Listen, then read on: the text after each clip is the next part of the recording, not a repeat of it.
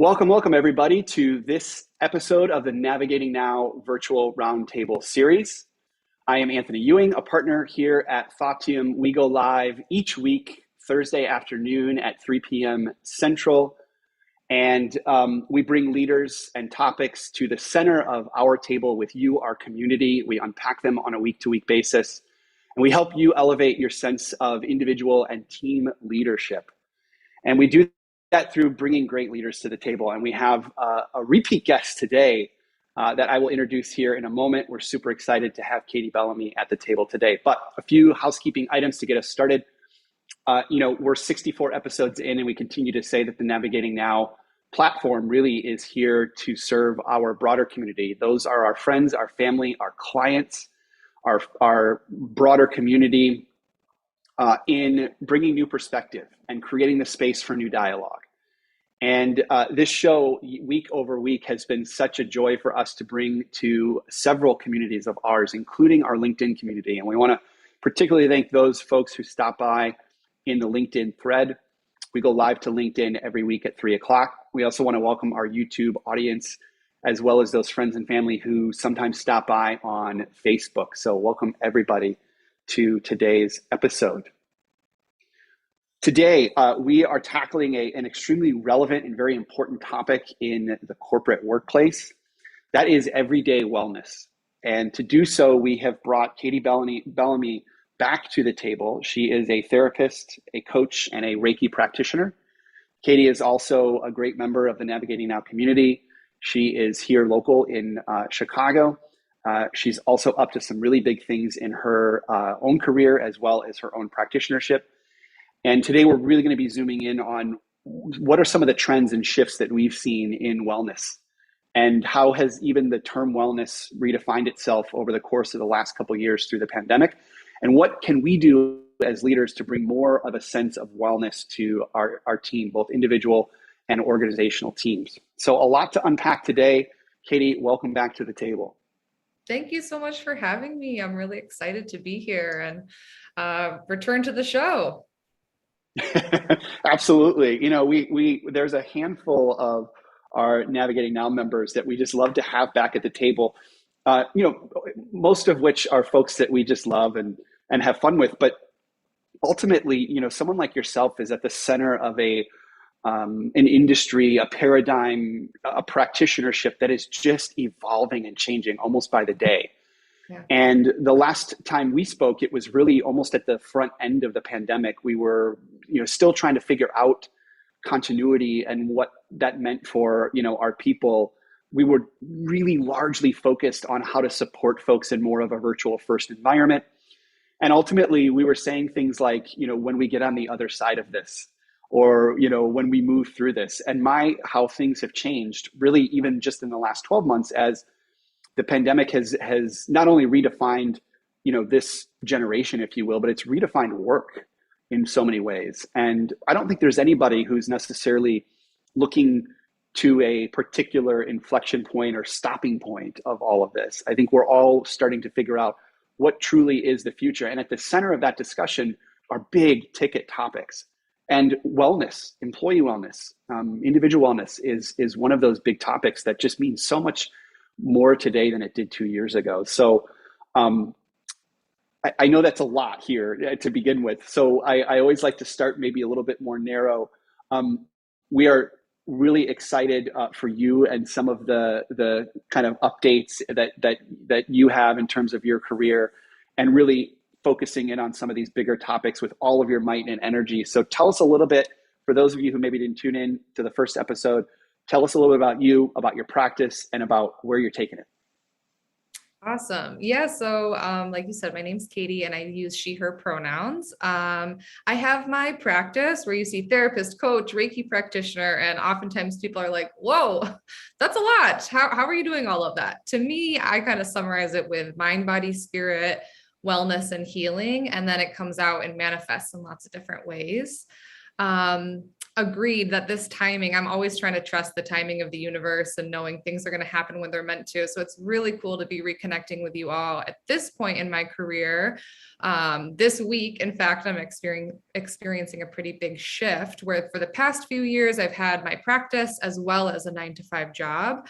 Now that I'm on the other side of that, I've just left my 9-to-5 job and will be doing my practice full time. I'm reflecting, seeing like, how did I do that for the past couple of years doing both of them?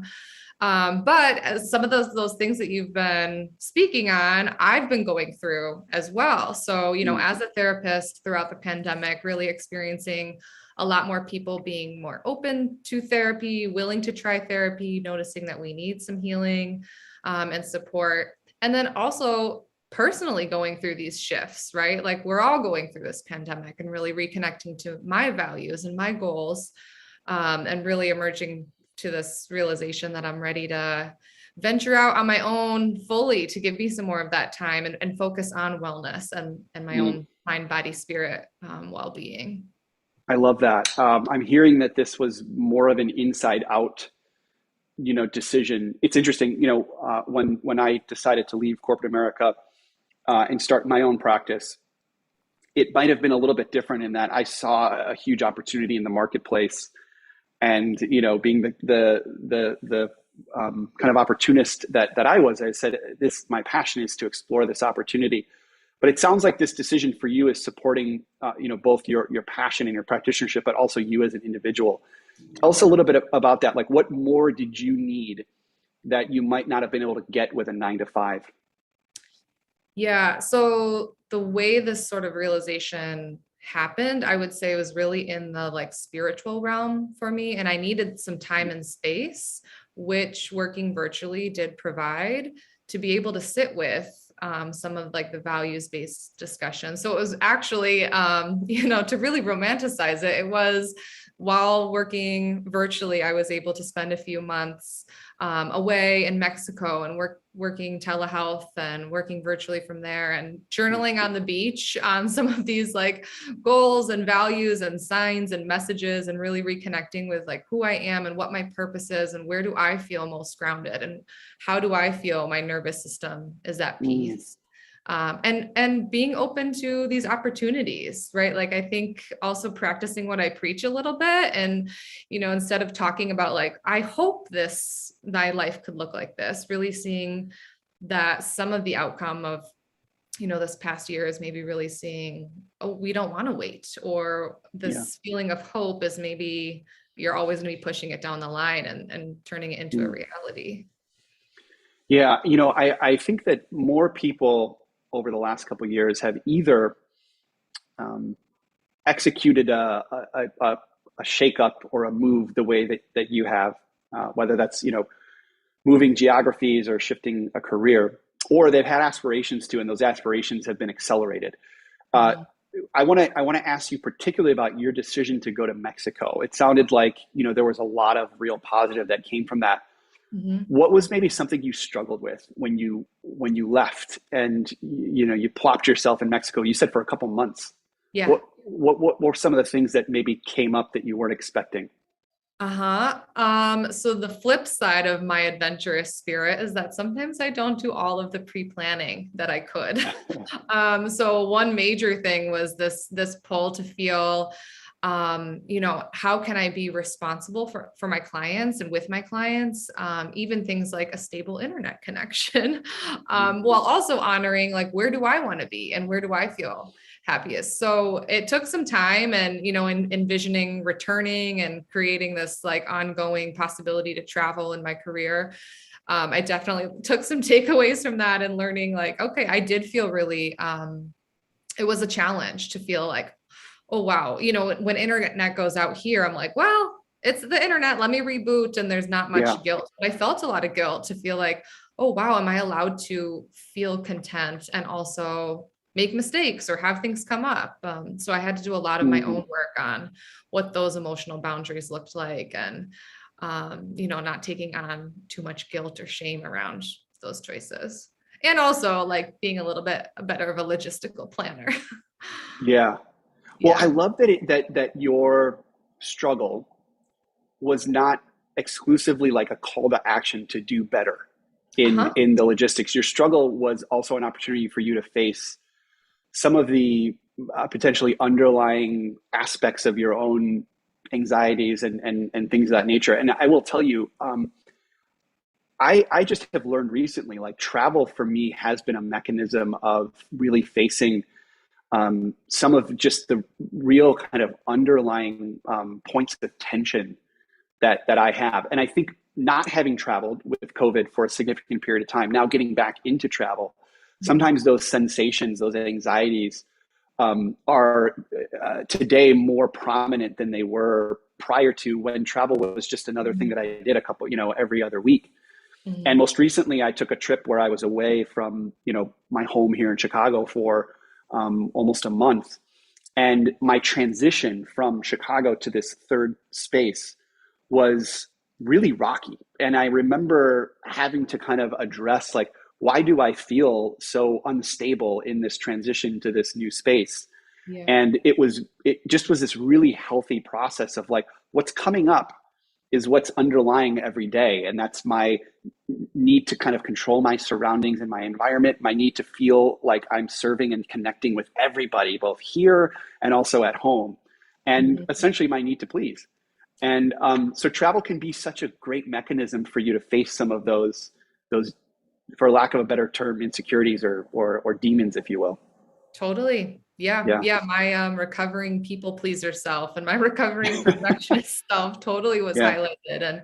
And yeah, not letting that turn into I have to do better or change something, but sometimes it's let me go in deeper and explore this and maybe Yes. do less and be more and process Yes. more.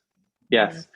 Okay. So your new practice is going to consist of, like, if you had to do the elevator pitch, I know your type of work is not necessarily conducive to or even deserving of a ridiculous thing like an elevator pitch. But if you had to say what you did in 2 or 3 bullet points, what would that be in your new practice? What are you focused on? Yeah, so I really do want to keep the variety of what I do. So my intention is not to replace my 9 to 5 with a 9 to 5. Mm-hmm. So like I said at the beginning, really mind, body, spirit, healing, awareness, education through a variety of ways. So I'll continue my telehealth practice with therapy clients. I'll continue my distance as well as some in-person Reiki work. And then I'd really like to, with this additional time and space created, get back into some of the corporate wellness spaces. I do recovery coaching, but I've also done, corporate coaching in terms of coaching executives and also leading workshops, presentations, that sort of thing. So I would love to continue to explore those spaces as well. I love that. It's so funny, and it's so true to form. You and I were prepping for this session, and we had identified an opportunity to create a little bit of space at the beginning of this session, but here we are, and we're just immediately going to task. But I don't think it's ever too late for us to pause and take a breath. So in true Katie Bellamy fashion, we're going to create a little bit of space to do and to demonstrate a little bit of what we can do, whether it's at the end of a meeting or just in the middle of your day. And I would love for you to guide myself and potentially our community through a little exercise, if you could. Totally. I think this is a great time for it. Like you said, there's never, it's never too late, or we can always create some space for mindfulness, whether we have 30 seconds in between meetings or 30 minutes. So one of my favorite, I would say, like quick and easy skills to learn and to integrate in practice is called box breathing. It might be familiar to some people, but it's a way of changing your breath to help calm your nervous system and regulate yourself. So I'll give a little info on it and then we'll practice it together. So Great. This is something to kind of, do in a meeting. Nobody's got to know you're pacing this way, to do in between meetings, to take a quick break, to do it on a longer walk.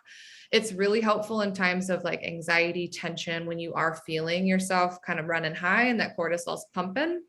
However, I would encourage people to start practicing it even when they're feeling great.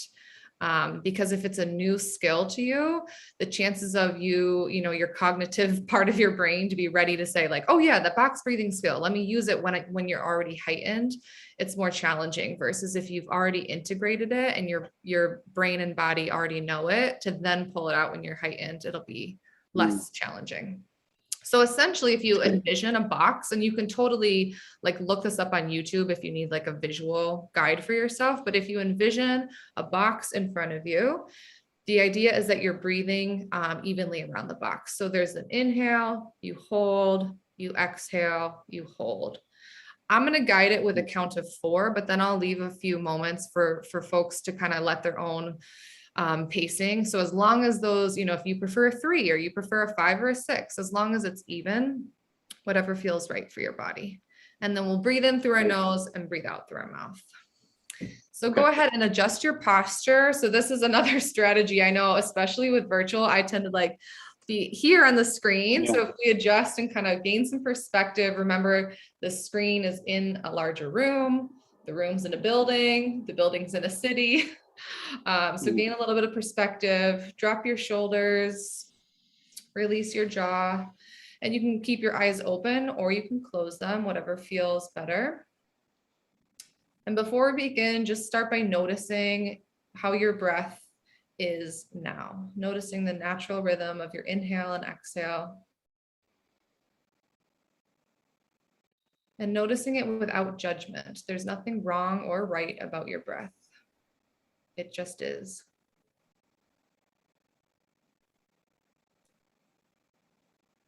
And now gently asking your breath to shift, to breathe in through your nose for 1, 2, 3, 4. Hold, 2, 3, 4. Exhale, 2, 3, 4. Hold, 2, 3, 4. Again, in through your nose. Hold at the top. Out through your mouth. Hold. And now try 2 on your own pacing.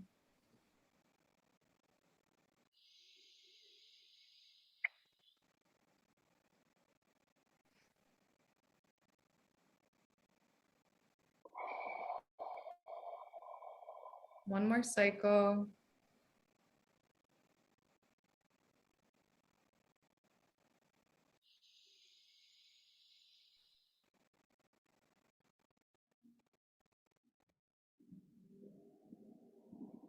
And letting your breath gradually return to its natural rhythm.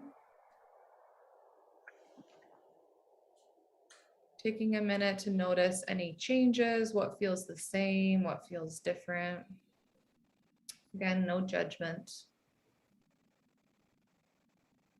And then opening your eyes again and coming back into the space. That's wonderful. Thank you. Mm-hmm. It always shifts it always shifts the dynamic. And it's interesting too to do it in the middle of a session or a meeting. Sometimes can be even more effective. If you've got whether it's a difficult conversation or even a really like high energy, high charged brainstorming session, to be able to kind of do this to redirect or recenter the energy is really effective.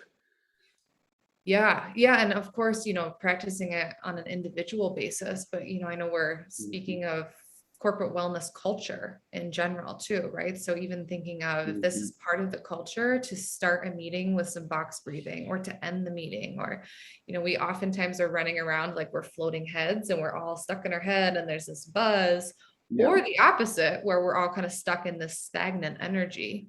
And if it becomes just part of the culture to start and end meetings this way, or when things start to get tense, somebody says like breath break, let's reconnect. And, remember that we have bodies and that we're taking all of this on, and we can release some of that tension and energy, be re-energized. Yeah, that's great. One of our teammates, Madison, calls it a moment to arrive. I love that. And she's worked it into a handful of our guided workshops. And it could be a workshop on brainstorming. It could be a workshop on more operational or tactical, but just naming, the front end of the meeting, acknowledging that we all might be here, but we all might not really be here, and asking everybody to arrive in however way they choose to just acknowledge that we're all here. We call it creating a space. I think a moment to arrive is great. And I know, traditionally we, as learning practitioners, we try to facilitate that as much as possible. The traditional ways, though, are more so we've used, icebreaker questions or thought-provoking questions, which I think is great. It serves a purpose of bringing everybody's unique perspective and getting them engaged and involved. Mm-hmm. But I do think almost more of a physiological start to a meeting. There's a big difference between answering an icebreaker question and connecting with your body and doing that with a small group of people, Yeah, a huge difference. And, it also takes some vulnerability and self-awareness, right? Like if we're used to icebreakers or the fun fact sort of questions, it doesn't make me connect with my body or really assess, like, as I'm entering the space, what am I bringing with me? What emotions are present? What tensions are present? Positive and negative. And so some of those more thought-based check-ins, icebreakers, those sorts of things, I don't have to check in. I can rattle that off, right? Fun fact this or icebreaker that, right. But I still might not fully be, my embodied self might not have arrived. Yeah. I think that's a really good transition into today's topic. We're focused on corporate wellness. We're focused on how corporate wellness has evolved, how it continues to shape who we are as leaders in organizations. And maybe I'll start the discussion with, speaking of icebreakers, we have done a lot of questioning groups of leaders at the beginning of meetings, really asking them about how things have shifted and changed for them and how they've experienced leading teams and organizations differently today than they ever have. So one of the most well-used icebreaker question that we've asked over the last 6 months or so is we ask leaders, what do you know today that you didn't know 2 years ago as a leader? And I will tell you, Katie, you would think that the breadth of answers could range anywhere from leveraging new technologies to the efficiency or lack thereof of a virtual first workplace to focus on more clear guidance for our teams. The one thing that consistently comes up, and I'd say it's like 80% of the responses, are that leaders today know more about their team as individuals than they ever have. And I'd say what they know today that they didn't 2 years ago is that they have this newfound responsibility to really understand, everybody's kind of unique situation and support it. And I just wonder, Katie, I want to talk a little bit about like the shifting paradigm of wellness, because I think that even that thinking is a little traditional in that I think as great leaders, we've always wanted to connect with, our team as individuals and have a deeper sense of empathy and really understand everybody's kind of unique situation. Of course, way more today than ever. But isn't there an argument that says that like the next frontier is potentially like practicing with and bringing in like real tools that we're all learning about outside of work, but that might sit right outside of the fringe of what would be accepted as, appropriate within the workplace? And even something as simple as box breathing, which 15 years ago, when I started my career, if you had ever come into a conference room and said, we're gonna create some space, we're gonna arrive as individuals and we're gonna breathe, like you'd get laughed out of the room. I love that today there might be a little bit of like, oh, we're doing what? But isn't there an argument that says that we should actually be demonstrating and doing way more of this in the wellness space today? I hope so. I would say there's definitely an argument. I think I love that that's a takeaway that you're noticing from folks of like really understanding people. I think, like health and wellness or well-being in the corporate space, it's become a bit of a buzzword in the past, right? Like we know it's happening. And so like mindfulness or like wellness, we care about it. But I think a few things, I think it's maintained, stayed up here, right? As well as been pretty disconnected. So when we think about like vulnerability and boundaries, and maybe what this past couple of years has done is say those become much blurrier, right? As we're all going through this global pandemic and the vulnerability is deeper and boundaries have shifted. And what I would love to see is that we don't go back to that sort of disconnected.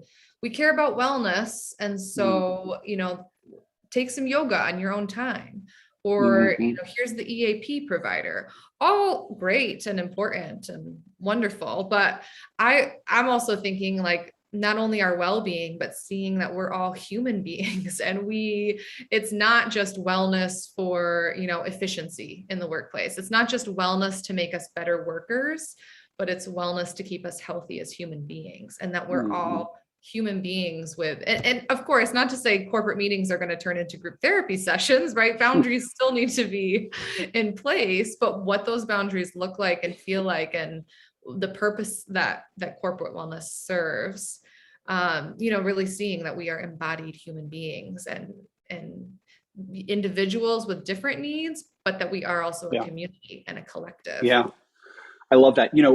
Our mission as learning professionals. So those folks like myself that are so dead set on increasing our ability as adults to learn in our roles, to grow and develop in our roles. That's the fairly standard definition of learning professional.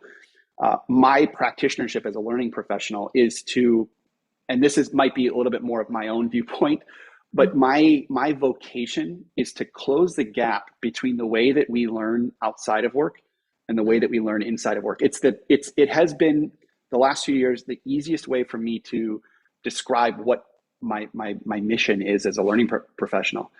It's to blur the lines between the way that we know that we choose to learn, which oftentimes happens outside of the workplace. And that learning happens with speed and variety and agency and curiosity. And it's blurring the lines between that and the way that the tools and the structure and the environment that we have to work with within corporate America, which is rigid, it is guided, it is top down, and it is flat. And so, here at Thought Team, like, we're really focused on blurring those lines, on bridging that gap, on bringing some of these modalities that allow me to learn about cryptocurrency over a weekend in a coffee shop, the same way that I should be learning a new product or a new service line in my organization. And I just wonder if I'd like to almost take this discussion in that direction as it pertains to wellness. First, I want to talk to you about, as you work with individuals outside of corporate America, what are some of the new and emerging practices that are becoming more and more mainstream in, individual therapy and individual wellness and personal development? Yeah. Well, first I want to say I love that philosophy. And I think even that philosophy can be applied to where corporate wellness needs to shift, in that it's less of this is something for you to do outside of work so that you can function better inside of work, right? This pattern of like, you get stressed at work, now go take care of it and then come back to work, not stressed, and really see we need to integrate it and be practicing that self-care and wellness at the place that might be driving some stress, just like we do outside. And so even within, the therapy world, my training in psychotherapy is in dance movement therapy and counseling, right? So bringing like the body to therapy. And sometimes that is physically moving in a session. Sometimes it's breath work, seeing breath work as movement. Sometimes it's just talk therapy and my vision of that as like a dance between client and therapist. But beyond my dance therapy world, therapy in general, there's a lot more somatic practices and certifications that therapists can take, somatic experiencing, and all these different body-based therapies. I don't even want to call it a trend, because I think trends come and go, right? But I think that this is an evolution of therapy where we're seeing, again, in the therapy space, that there's sometimes just us thinking and talking, or, thinking our way through things, and that we need to feel it, and that therapy is changing in that way of some more body-based and energy-based work. So that's definitely something I'm seeing in the outside of the corporate space. Yeah. As well. What do you think is driving people to get into some of these like alternative modalities? Is it just the accessibility of the content and the tools via the internet? Is it the consumerization of things like meditation and breath work through like an app like Headspace? Like what's Mhm. or is it just truly like, I think, is it this kind of revolution, this human revolution that we're this awakening that we're almost acknowledging here through COVID, or is it maybe a mix of everything? I would say it's a mix of everything. I would also say not everybody is coming with that. I would say sometimes people go to therapy thinking, Yeah. like more just on the talk therapy side, and it's something to introduce over time. So there's definitely Mm. still resistance to those approaches, or just lack of awareness and hesitance. And also, I think it's important to name that a lot of these body based energy work or body based therapies or approaches aren't new, right? There are ancient Oh practices my that gosh. Yeah. Western medicine and capitalism and the patriarchy and all these things have, created a lot of disconnection. So I think there's also Yeah. like a coming back to or an openness to Yeah. being connected happening. And yes, maybe some of the outcome of some of the, westernization of some of these practices and consumerization, and we are more aware. So being thoughtful of how we're engaging with it. But so that could be a positive Yeah. outcome of that. But yeah, it's just more, like you said, it's more in the vernacular or even in corporate spaces where even if a culture is not practicing it, it wouldn't be laughed out of the room in the same way it would have Yeah. been decades ago. Yeah. You mean that breathing is not a brand new Yeah. modality that Yeah. has been, Yeah. it's We funny just because discovered it. yeah, but at the same time, I mean, again, and I hate to call it generational, but sometimes it might be a little bit of that. But you Yeah. can walk into a room of adults and you could talk about, well, I spent some time this morning doing some breath work, and you still can get kind of the look in people's eyes, like, really, like, you're what woo woo voodoo stuff are you doing at home?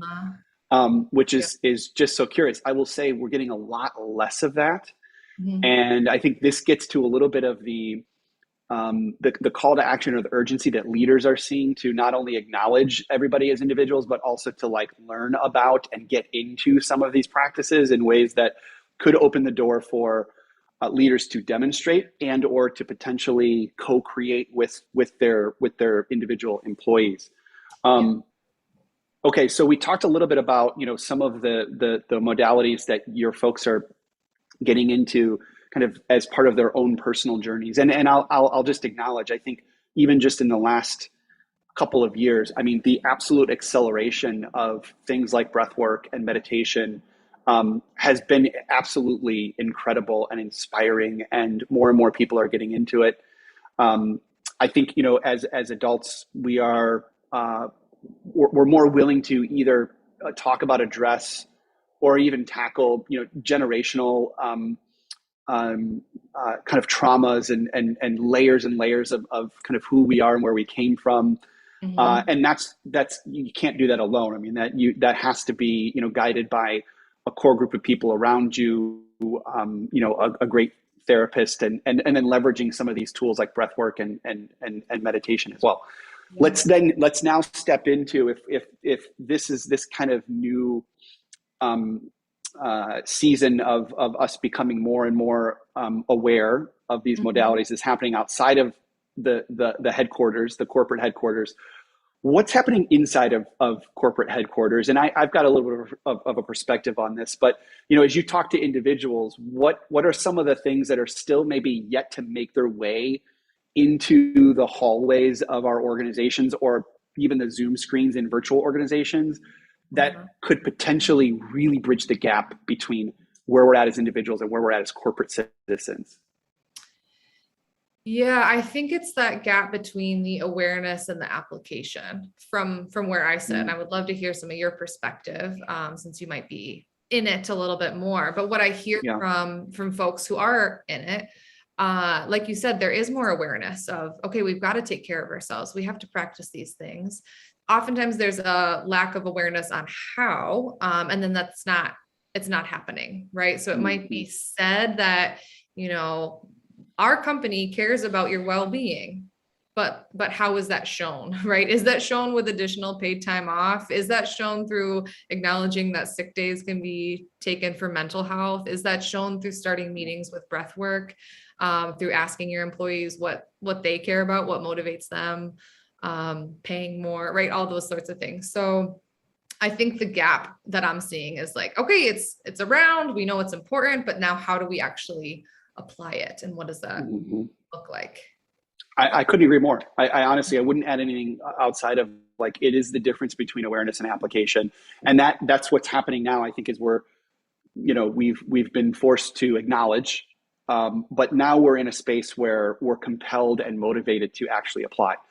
Speaking of application, I want to roll a little bit of a video here because at the beginning, or about 10 minutes into this session, Katie, you were so gracious in walking us through box breathing, which can be one easy opportunity, even over Zoom, to arrive as individuals and as a group. Even as I'm talking about box breathing, I'm kind of slowing down. I just love the effect. Here's another practice that you actually brought to a handful of our Thoughtium teammates about a week ago when you were on the line. And I want to run this video, and I want you to kind of talk us through what this is. The name of this practice is called tactile stimulation. We've heard of box breathing. I've heard of meditation and breath work. I have not heard of tactile stimulation. So I'm going to roll this video, and I would love for you to maybe talk us through it here. Yeah. So some of these movements, I took them through a few different, and they're developmental movement patterns. So this is the second one that we were practicing, this tactile. And, when we do them sequentially all in a row, it's sort of, we've all gone through these developmental movement patterns. It's like when we go from infancy to being a toddler to, walking. So reconnecting them has functional benefits of kind of like regulating and resetting our brain. This tactile stimulation one in particular. So as you can see, some people are like squeezing, some are brushing, some are tapping, and all over your body, arms, neck, head, back, legs. It's kind of a reminder of our body boundaries. There's lots of different benefits from my dance therapist perspective of kind of reminding yourself of, here's where I start and begin. Here's my body in this space. So it can have a calming effect. It can decrease some anxiety. It can help you tune back in to feel focused. I find this one particularly helpful if you're in that space of like, I'm spread so thin, and those thoughts and feelings around the overwhelm and like, where do I start? And there's so many things on my plate. So reconnecting to, this is me, this is my body. It gives a feeling of safety, of reminding ourselves like, here I am in this room, I'm safe, I'm okay.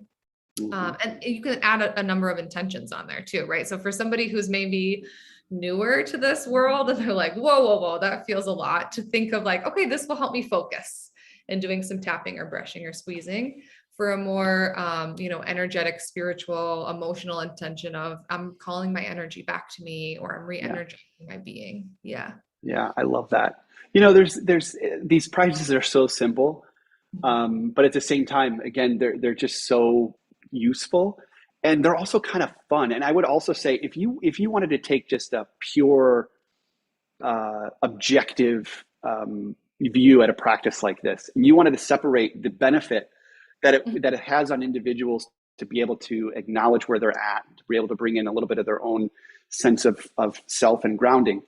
Outside of that benefit, there's actually benefit on creativity, productivity, shifting of energy within a meeting that, again, as a designer of experiences, I know that sometimes it does take some tactile or even some narrative storytelling to shift the energy in a room.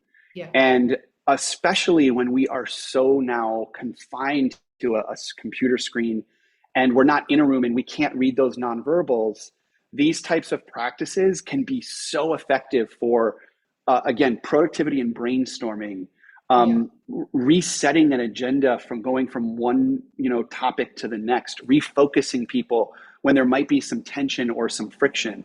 So yes, it does cater to the individual, but as well, like, this has real impact on productivity and creativity. Yeah. And if I can expand on that a little bit, just even thinking of like the type of movement you might use at a different time, right? So if you're feeling overwhelmed, whether individually or in a team, right? If it's starting to feel that scattered, thinking of like, how can we do some more narrow and focused movements? So maybe that's that closed eyes box breathing. Maybe it's some grounding. So doing that tactile, but really doing some like pressing or squeezing and focusing the energy in. And vice versa, like you're saying with the creativity and brainstorming, if we're feeling kind of like stuck and stagnant and here, doing some movement that's more expansive and looking at the whole room, spreading, dancing, wiggling, like moving around the room to kind of get the energy and the focus outward. Oftentimes we have those aha moments when you're like out of the office and like walking home and looking at nature, right? Or in the shower. And there's a reason those happen. And so when the focus has shifted and we're reconnecting with some of that movement. I love that. I want to play one other clip because I think this is maybe similar, but maybe you can talk to its use case in the context of a meeting. This next practice that you walked part of our team through is called head tail. Yeah. And this is the third. So if the first was box breathing, you guys can Google it and YouTube it, but that's essentially 4 parts to the breath, starting the meeting with some box breathing. The second was the tactile stimulation, which I love. So easy to do when you're sitting down. That helps you ground yourself. That helps you acknowledge where you're at and that you are arrived, whether it's at this meeting or at this junction. The third here is called a head tail. And I'm going to roll the film again, Katie. You tell us what we're doing here.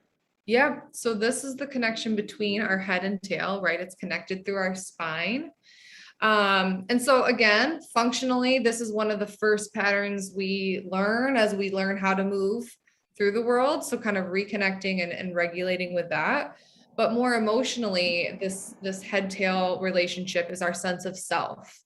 And so if we're feeling like, again, that overwhelm, or we're kind of like losing our sense of self, which is something that is in our vernacular, right? Like I've lost myself in this project, or I'm feeling disconnected. Finding the relationship between your head and tail. So that could be like C curves. I like to use the like seaweed image of seeing your spine as a piece of seaweed. Another one that I'll do sometimes is like, imagine there's a paintbrush on the top of your head and on your tailbone. So especially that, like the tailbone, sometimes people feel a little bit like, ooh, how do I wiggle my hips like that and move? So it brings some movement, but it also helps us reconnect to like, who am I? What am I feeling? What are my needs? What are my values? So bringing it back to center.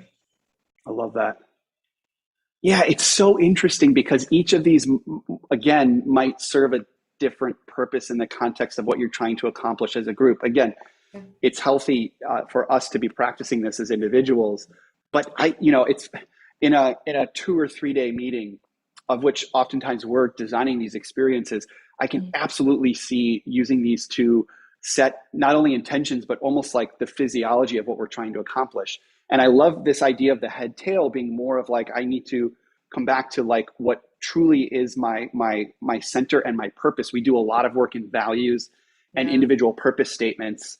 And we try to elicit folks' purpose through the crafting of words, but why not start to bring in a little bit of the physical in order for them to really develop or craft or unearth their true purpose? And head tail might be a great activity for that. Yeah, totally. And that is, although sometimes it feels like, oh my gosh, I don't know how to connect to my body, or is that really, a way to, if we think developmentally, right? Like babies learn all of these connectivities. We learn and communicate through our bodies long before we learn verbal language, right? So I do encourage people to, if it's feeling unfamiliar or uncomfortable, or thinking like, how would my spine movement help me write a values statement? To remember, it's not something new that you're learning. It's something that you're coming back to. And it's more about unlearning that we are all just, thoughts and thinking. Yeah. It's coming back to like, your body does know, your spirit does know. And so that's where sometimes reconnecting with the movement can help inspire some of that. Our emotions live in our body, and nonverbal communication is our first language. I love that. Oh, I could just go on with this I stuff. know, I get so jazzed. Yeah, and I think it's really because I'm seeing this as so much more. Again, my passion is bridging the gap. It's blurring the lines, and I see not only the benefit to us as individuals, but the sheer application in the corporate space, now one that is done behind a Zoom screen, is just it's just so there's so much opportunity, Yeah. and we're so excited to have you at the forefront of this work. Maybe I'll ask one more question before we close things down. Um, as you look out at the future of wellness in general, and you can speak to maybe your private practice and how you're working with individuals, or even what you might see in the corporate space. What do we see as some of the big differences between today and, let's say, 2 or 3 years from now? Like 3 years from now, we're saying, this is something that I would have never talked about or even practiced out in the open, or been so comfortable with 3 years ago. Where do you Yeah. see it going? Well, again, this is going to be my hope and my optimism. So, what I see is, I think right now we're starting to move, into how can we incorporate this into these existing systems, while knowing that a lot of these existing systems, institutions, all of that were built on really unhealthy and toxic cultures, belief systems, paradigms, right? So what I would see is that starting to integrate this into our existing systems, I think what we're going to see is a collapse and a rebuilding. So that rather than constantly fight, being in this fight of like, okay, we're getting stressed out, we're getting drained, we're feeling burned out, even, these really toxic, unhealthy things, and then we need to recuperate from them. What I would love to see, so I'm going to put it out there that we will see that these unhealthy ways of being collapse, and that we rebuild a way of being that we don't need to recuperate as much from, because it's healthy from ground up. Mm-hmm. I love that. And I'll maybe comment on, its application to, career path, corporate development, organizational design. We have experienced over the last 18 months a loosening of the grip in terms of our clients' needs to have like strict structure and process to things. Yeah. And I think part of that is just because of we don't have the capacity for the same structure and process that we bowed to, 4 or 5 years ago when it was corner offices and cubes. We don't have the time because our business landscape is changing so quickly that we've had to move with more speed than our current governance has the structure for. And I also think this concept of, individuals have shown up and said, this container that I call work must hold who I am as an individual as well. And I think all of that has resulted in a little bit of the kind of loosening of process and loosening of structure and rigidity within organizations. Now, I still think that is a very uncomfortable feeling to all of us, and I mean even myself included. Somebody who's been in corporate America for, I don't know how many years, 15 years, 10, 15 years, and as well leaders that we work with that have been a part of these massive organizational structures. I still think we're uncomfortable with it. It's such a great discomfort, though. And I think the application of a lot of this is going to lead to even further decentralization of structure and process. And you must abide by step 1, step 2, step 3, step 4. And our work, even as consultants, has become a lot more fluid, a lot more nuanced. And I'll speak very specifically to offerings that we had 2 years ago that had 17 steps to them, and each step had a slide deck, and each slide deck had supporting resources, to now more so just truly creating the space for our clients to have deeper discussions, for them to create on the fly, for them to co-create without restrictions or parameters. And I hope that as we continue to explore, that induces a certain sense of creativity that is powered by our own personal practices of that sense of being and that sense of creativity that we're tapping into, again, individually. And all of a sudden those lines are blurred, and almost organizationally, we have that same sense of awareness, that same sense of creativity and fluidity that does not require 17 steps and 32 slide decks. And I mean, if you could see it, I get goosebumps just talking I about it just got because, goosebumps hearing it. yeah, because it's happening, and it's really exciting, and it's really challenged us to stay creative and open and fluid, and it's been cool. And I can't imagine, 2 years from now it's going to be even more so. Yeah. Oh, it's so exciting. In my world, there's top down processing and bottom up processing. And so that's what I hear when you're describing that, maybe we've started getting into like, okay, we can go top down and kind of connect with our minds and maybe a little body awareness. But what I hear you saying is that we're starting to value some bottom up, and knowing like our embodied experience is important, and that there's flow and creativity and the dance of corporate wellness. Yes. Yeah. I love that. And case example, Katie, we're going to bring you into a couple of workshop series that we offer. And again, 3-4 years ago, to bring a licensed therapist into a leadership development series, I mean, we really would have had to do some explaining. But we're now starting to have leaders that are almost requiring this focus on wellness in a way that they're not getting in their kind of standard off the shelf resilience modules within their organization. They want the good stuff. They want some of these modalities that it's just inevitable because people are doing them on their own. And so we're thrilled to be working with you. We're super excited about the leaps that you're taking in your career. We're so pumped about your new practitionership and your new practice. And more than anything, on behalf of the entire Navigating Now community, we're so excited to have you a part of the family. So thank you so much for joining. Thank you so much for having me. It's always so energizing to speak with you all. And yeah, I'm really excited to see where we go. Absolutely. Thank you so much, Katie. All right, I will wrap things up. What an amazing discussion today. I know I say this week over week, but it's just so thrilling to bring new perspective through such incredible people like Katie and others. Next week, we have another incredible leader coming to the table. We're going to be talking about more specifically about the art form or the practitionership of building and scaling client services businesses. We ourselves are a client services business. We like to think that we're doing things a little differently, but we know that there are organizations out there, particularly small and mid-cap client services organizations, that are really thinking outside the box.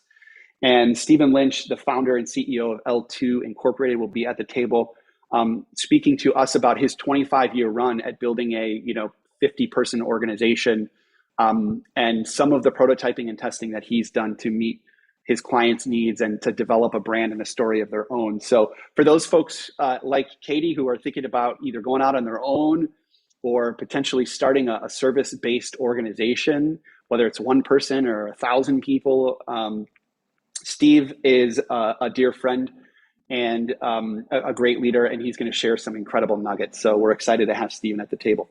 We go live every Thursday at 3:00 Central to Facebook, YouTube, all of the social media channels. You can see previous episodes as well as register for future episodes at thoughttium.com/live. You can also see this episode immediately following our broadcast today at thoughttium.com/live. Katie, thank you again for joining us. We look forward to seeing everybody next Thursday at 3:00. So long. Have a good day.